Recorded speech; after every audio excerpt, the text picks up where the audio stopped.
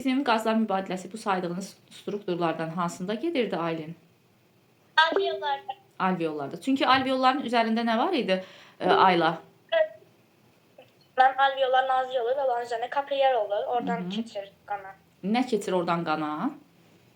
Oksijen. Oksigen. Gazlar mübadilesi. Əla. Oksigen keçir qana. Bəs qandan alveola nə keçir? Karbon gazı. Karbon qazı keçir. Afərin.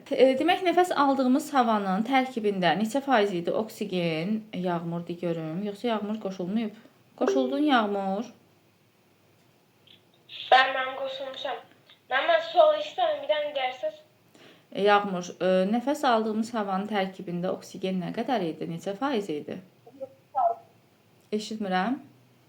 21%. 21%, afərin. Bəs verdiyimiz havada? 16. Aha. 5% hara getdi xəyal? Bədənimizi hüceyrələrə satır. Qanımıza keçib hüceyrələrə daşınır o 5%. Düzdürmü? Məsələn, xəyal biz desək ki, tənəffüs yolumuza neçə faiz oksigen keçibdi və yaxud da qanımıza neçə faiz oksigen keçib? Necə deyərsən? Yəni 5%. Çünki 21% gəlir, 16% çıxır. Burada da 5% qalır. 5%'imiz də onlara gedir. Aha, qana keçən 5%-dir. Tənəffüs yolumuza keçən neçə faiz deyəcəyik onda? Nə müəllim? Tənəffüs yolumuza keçən oksigeni neçə göstərəcəyik? Mənim 16%. Yox, tənəffüs yolumuza daxil olan oksigen. Tənəffüs. Hə, 21%. Bəli. Bəs tənəffüs yolumuzdan xaric etdiyimiz oksigen nə qədər göstəriləcək? 16. 16% göstəriləcək. Düzdür. Həzm sisteminin tənəffüs qanamar sistemi ilə əlaqəsi necə idi? Mənim əvvəlcə mədədə 4-6 saat qida həzm olduqdan sonra nazik bağırsaq keçirdi. Nazik bağırsaqdan həmin buradan qida qana soğulurdu. Qida qana soğulurdu və bu qana gəlirdi qidalı maddələr, kapillərlər vasitəsilə qidalı maddələr onların nazik divarından keçirdi. Yəni əlaqəsi budur. Nazik bağırsaqdan qida maddələri qana keçirdi. Əla.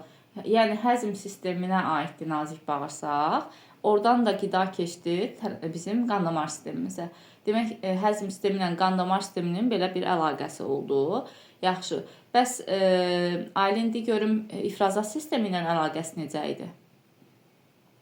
İfrazat sistemi ilə əlaqəsi tənəffüs zamanı alınan oksigen, alveolardan alınan oksigen həzm zamanı nazik bağırsaqdan alınan qidaları parçalayır və parçalayır. Enerji həm də ifrazat məhsulları yaradır. İfrazat məhsullarında su, karbon qazı, minerallar. Məsələn, ifrazat məhsulları, tutaq ki, mineral duzlar gəlib hansı orqanımızdan süzülüb çıxırdı? Ayla deyə bilərsən? Böyrəklər vasitəsilə. Aha, afərin. Bəli, böyrəklərə gətirirdi qan onu və böyrəklərimiz süzüldü. Böyrəklərimiz bizim hansı sistemin orqanıdır bəs Fatimə? İfrazat sistemi. Bəli, ifrazat sisteminin orqanıdır böyrəklərimiz.